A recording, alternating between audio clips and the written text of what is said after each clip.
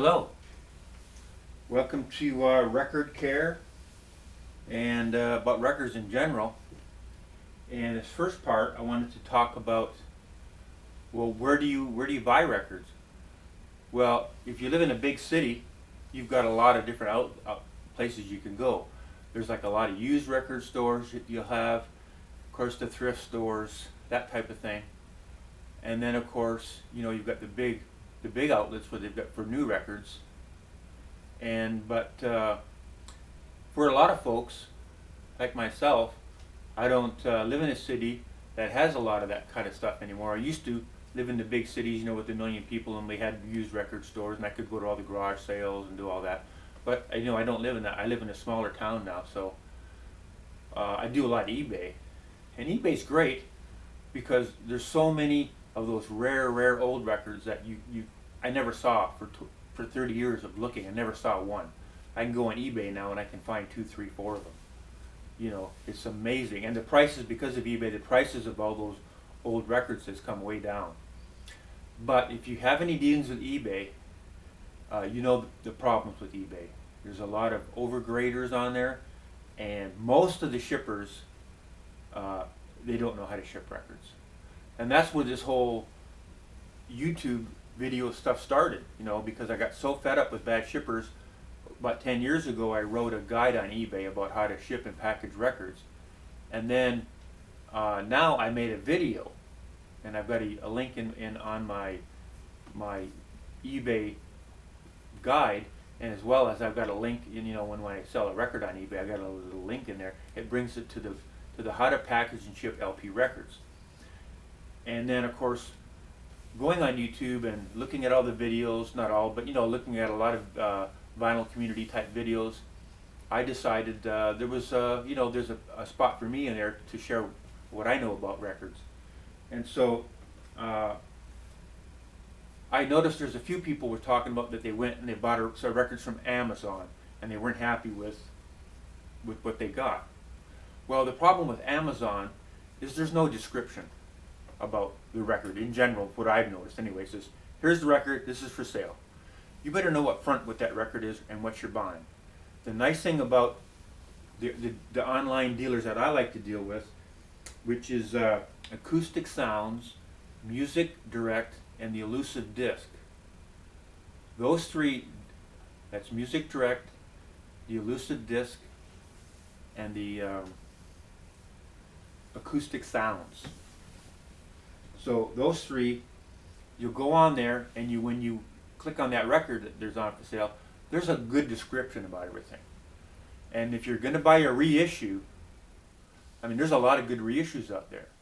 But unless it's in the description that it's from the original master analog tape, that it's remastered from that original tape master, don't bother buying it. Just go on eBay and buy a reissue of whatever, because it's not going to be really what you're looking for. So that's why I shop with those types of guys, because I get a lot of information. Did Steve Hoffman, was he recording it, or was it Kevin Gray, or who's actually doing it? And they have a lot of information on there. So those are the three I use, and eBay, of course. But like I said, you got to be careful, because a lot of times, let's just say, for instance, on eBay, there's a record that I want to buy. It's a new record, and if I look at the cheapest one on eBay, that there's some online seller, and there's usually some of these big, they've got 10,000 records on there, and he's selling his for $19.99, and then you got to pay $4 shipping on that as well. Well, if I go to Music Direct, it's $23.99. Well, it's basically the same price, but Music Direct has free shipping. So if you buy $100 worth, so basically it's the same price. But now if you always shop on a holiday, all these places on about any holiday there is, for a week or so around that holiday, they'll always have 10% off, even 11% off sometimes. So now the record just got to be $2 cheaper than that $19 record which you have to pay shipping on. And now I'm going to be paying about $22. And the reason I like buying from those dealers is because if I have any problems, there's no drama. Let's say I bought the record from that online dealer, and he sent it to me, and he didn't ship it properly, and all the corners have dings, and there's a seam split and all this. You know, a big drama. Now I got to go through all this rigmarole, and I got to put a case on the guy because he won't answer my emails, and then you know he wants to. And then I got to send the record back, or you know, or he doesn't answer my email, and I end up with a big mess. But with these guys, here's the nice thing about that. Look at the boxes they use, just for example. And even look at the way it is on this corner here. It's all smashed up. Now, if that would have been a record LP mailer box, the records inside would have been damaged.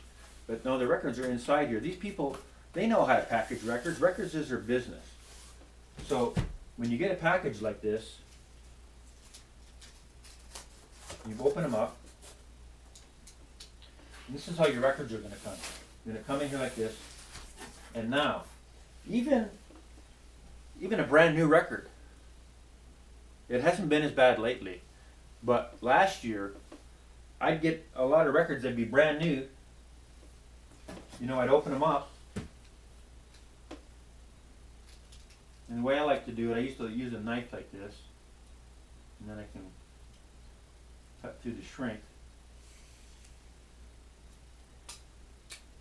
And then I like to leave the shrink on there. I like to leave the shrink on it because I think it just holds its value better. Probably I'm not going to have to worry about it. Or let's just say that I opened up the record and I played it, and for some reason the pressing, I didn't like the pressing.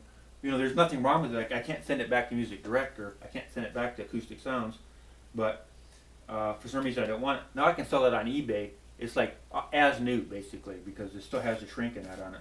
Or, you know, down the road, you know, when after I pass away and my kids are selling it at the garage sale, it'll be worth more money.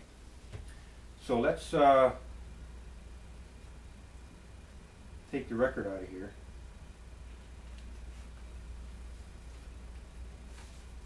And now the first thing I do when I get a record like this, I'm going to take it out of this inner sleeve. And this, you know, these are nice. They're nice pictured inner sleeves. They're nice and thick, but I'm never going to use this because this is going to end up scratching my record a lot. So when I first take that record out of there, I open it up like this because I don't want the edges of this rubbing on the record, because this newer type vinyl they use now, it's a lot more sensitive. It scratches a lot easier. And then I just pull it out where it's just touching the edge on there. Okay? And then right away it goes right into a new inner sleeve. And the inner sleeves that I use, they're called the Disc Keeper by Sleeve City. And I probably have used over the years probably, you know, a dozen or 10 or whatever different types of inner sleeves. And before this,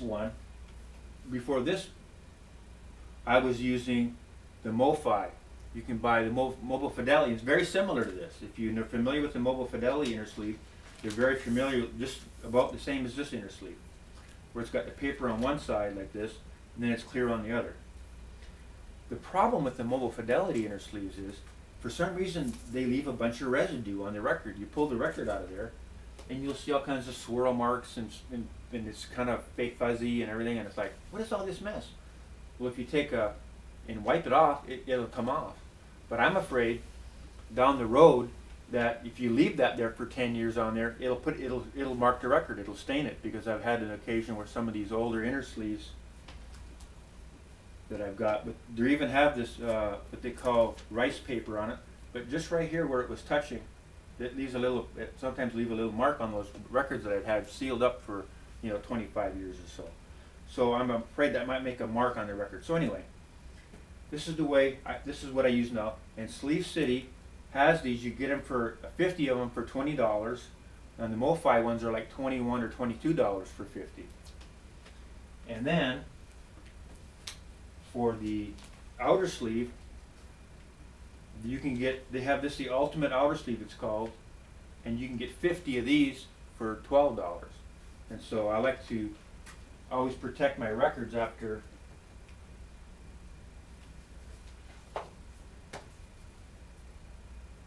I open them up.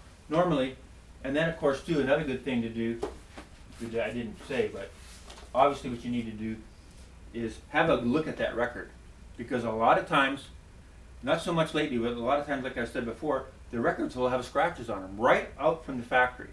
You haven't even played it once on the turntable, and then, like the guy dropped it or something, and it puts a nice little mark on the record. So if you bought that record off eBay now and actually paid $2 more to the guy than you did off this way, now you've got to email him and say, listen, the record has a scratch on it. And the guy will tell you, listen, I sold it to you sealed. I'm not responsible if the record's got a scratch or not on it. How do I know you didn't scratch it? And he doesn't know.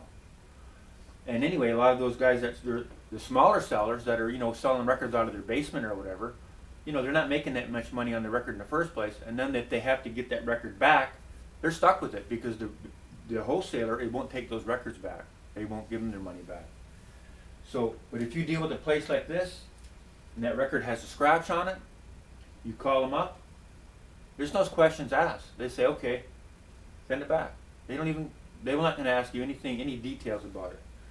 Or I've even had it where the record itself, a while back when I bought all those, like a lot of the doors with the 45 RPM, bought it from Elusive Disc, and I bought a whole bunch of records at that time. I probably had 5 or 6 of them in the same box, and only one of the doors, the cover, had a dented corner on one end. All the other records that were in the box, none of them had a dented corner. So I was thinking, well, it must have been like that right when they packed it. And so I called the man up at Elusive Disc, and I said to him, I'm sounding like I'm being really fussy here, but the corner of the record has a dent on it. Can I exchange it? He said, well, sure. He says, how's the records? I said, the records are perfect. He said, well, why don't you just send the cover back, and then I'll send you out a new cover. So that's the kind of service you get from those places. So their new records end up being cheaper in the long run. You don't have any drama if you want to get something fixed because if the record's not the way you want it. And they package them great. You don't have to worry about anything getting damaged in the first place. And all around, it's the way to go. And then again, like you say, when you go on to look, there's all that information about how it was mastered, if it was from a tape, and all type of stuff like that. And so that's the way I buy most of my new records. And the odd time when I don't, I end up regretting it a lot of times when I do it from off of eBay. And so the next thing that I wanted to do about records and record care, now you see those inner sleeves are anti-static. And so when you put the record in there, it doesn't end up getting a bunch of static on it. And static is what, attracts all the dust. So most of the time, once I clean a record and I put it in that anti-static sleeve like that, I don't ever have to clean the record again because it doesn't get dirty. You take it out of that perfectly clean rice paper inner sleeve like that, and you take it from the turntable, put it on, play it, put it back in there. How does it get dirty? It doesn't. So once you clean it once, but when you start putting them in and out of those paper sleeves, and they get static build up on them, and then they're going to get dirty, and then you have to clean them all the time. So most of my records, I don't ever hardly clean them. If I do, they do get dirty. I clean them one time, and there we go, we're good. So the next thing I wanted to talk about